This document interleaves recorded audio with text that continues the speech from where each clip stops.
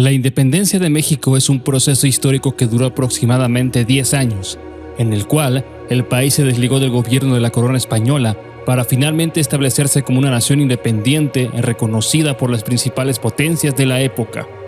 Por obvias razones, se tiene como la fiesta magna al 16 de septiembre a nivel nacional. Cada año, durante este mes, el país se paraliza para rememorar su independencia. Sin embargo, la narrativa oficial de cómo fue el proceso por cerca de 202 años fue cambiando vez tras vez, plagada de mitos y verdades a medias que se han enseñado a través de la educación como en los medios de comunicación oficiales. En esta ocasión, y qué mejor que en esta temporada de Fiestas Patrias, analizaremos 5 de tantas enseñanzas que en mi formación como historiador profesional académico considero que son completamente erróneas o que están a la mitad. Comenzamos.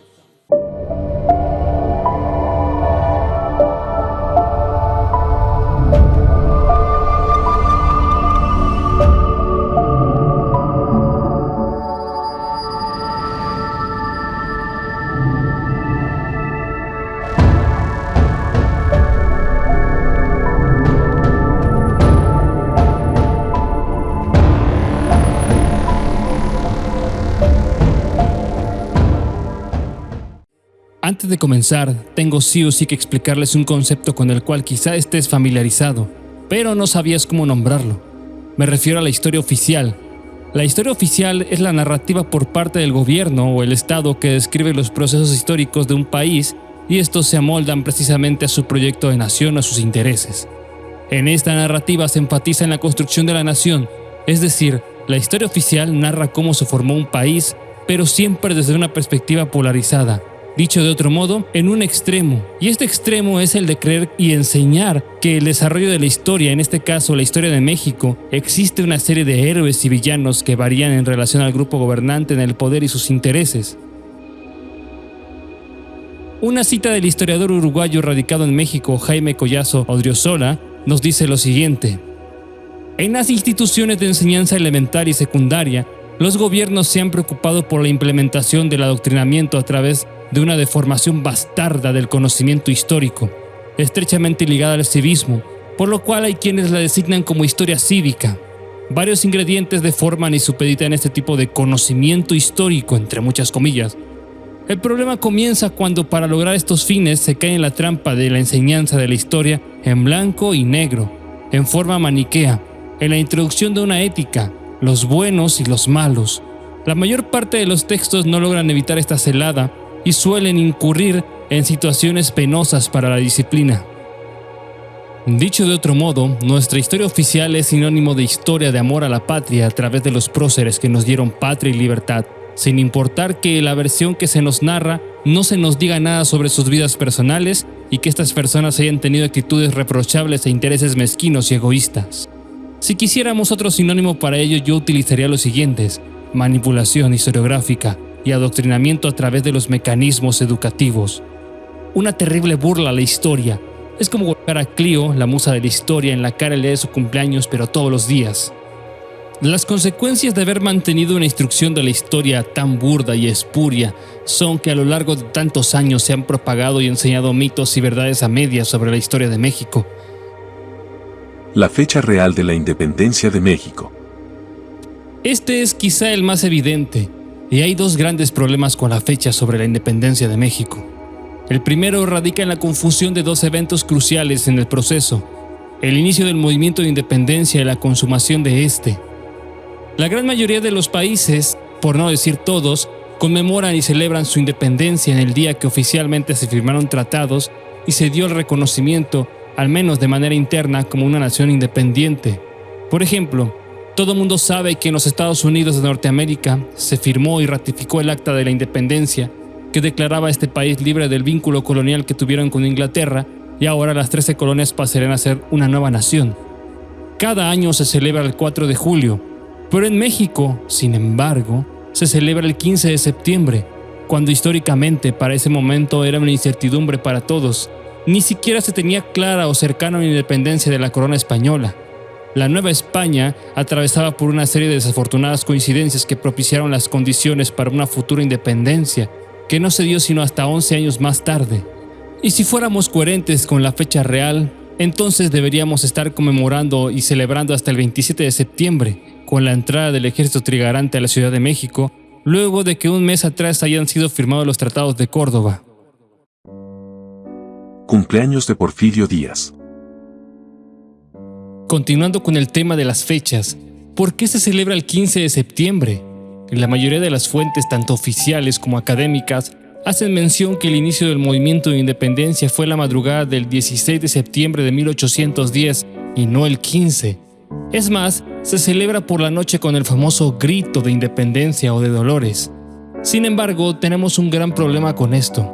¿Cómo es que pasamos del 16 de septiembre al 15? Resulta ser que uno de nuestros dictadores favoritos, Porfirio Díaz, nació un 15 de septiembre de 1830 en la provincia de Antequera, hoy Oaxaca. Pues bien, en su culto a la personalidad se cree que por decreto oficial Díaz movió la festividad a la fecha de su cumpleaños. Sin embargo, ese también es otro mito. El historiador Alfredo Ávila asegura que a partir de 1824, las personas ya comenzaban a celebrar desde la noche del 15. Las verbenas de la víspera son celebraciones de tradición hispánica. Las verbenas son festejos nocturnos asociados a un santo o alguna cuestión religiosa, y una víspera es el día anterior o posterior a una fiesta, generalmente importante, y es ahí donde comienzan las festividades desde la tarde-noche. Ahora, en conjunto, las verbenas de la víspera son las celebraciones previas a una festividad aún mayor. Por ejemplo, la Nochebuena, el 24 de diciembre, es la víspera de Navidad, del nacimiento de Jesús, y al menos en México, desde la tarde, ya en ese día ya comienzan los preparativos para una celebración mayor. En fin, ni el mito del cumpleaños de Porfirio Díaz es real y tampoco es como se creía sobre la manipulación de las fechas, es decir, solamente la expresión de la cultura y la tradición popular. La no existencia del pípila. Si prestaron atención a la introducción, recordarán que la historia oficial se basa en la visión maniquea sobre una constante lucha del bien y del mal, y que los héroes son representados como personas nobles y desinteresadas que dieron su vida por la patria. No hace falta repetirlo todo. Más bien, este es un claro ejemplo de lo que les estaba hablando. El pípila es un personaje que entra en la categoría del mito fundacional, es decir, relatos con dudosa veracidad y sin fundamento documental, pero que sirve para infundir y enseñar los principios cívicos como dar la vida por la patria, heroísmo, entre otras cosas. No existió solo un pípila, sino varios pípilas, es decir, existieron un montón de ellos, entre comillas, héroes que dieron su aportación al proceso de independencia, pero que no han sido reconocidos ni por la historia oficial por no ser tan vistosos, pero tampoco por la historia académica por, en muchas ocasiones, la ausencia de fuentes y de material documental que respalde su existencia. ¿El grito?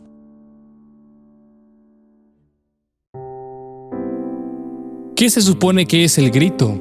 O más bien, ¿qué se supone que gritó Hidalgo en la madrugada del 16 de septiembre de 1810?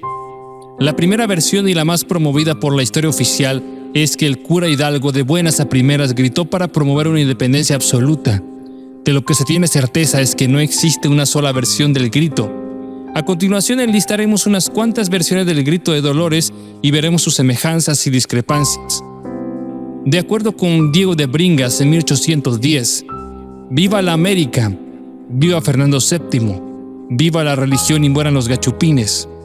Según Manuel Abad y Queipo, 1810, ¡viva Nuestra Madre Santísima de Guadalupe! ¡Viva Fernando VII y muera el mal gobierno! Anónimo de 1810, recopilado por Ernesto Lemoyne Villicaña. ¡Viva la religión católica! ¡Viva Fernando VII! ¡Viva la patria y reine por siempre en este continente americano nuestra sagrada patrona, la Santísima Virgen de Guadalupe! ¡Muera el mal gobierno! Versión de Juan Aldama, 1811. ¡Viva América! ¡Viva la religión y muera el mal gobierno! De acuerdo con el sacerdote liberal Fray Servando Teresa de Mier, ¡viva Fernando VII y la Virgen de Guadalupe! Según la versión tardía del historiador y presidente Lucas Alamán, 1840, ¡viva la religión! ¡Viva Nuestra Madre Santísima de Guadalupe! ¡Viva Fernando VII! ¡Viva la América y muera el mal gobierno! A lo que el pueblo respondió: Viva la Virgen de Guadalupe y mueran los gachupines. Según el historiador Julio Zárate, en México a través de los siglos 1884-1889. Viva la independencia, viva la América, muera el mal gobierno. No hay un consenso tal cual.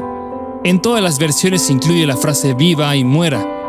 Viva América, viva Fernando VII, la Virgen de Guadalupe, la independencia, la religión, muera el mal gobierno, los gachupines. En realidad nunca se llegará a un acuerdo. Y es que no exista una verdad absoluta o que todas las versiones sean correctas. En cambio, el trabajo del historiador es adentrarse en todas estas perspectivas y explicar por qué existen, para qué existen y por qué funcionaron en su momento. Pero tampoco hay que vender humo. Hidalgo nunca buscó la independencia. A ver, comencemos por el principio.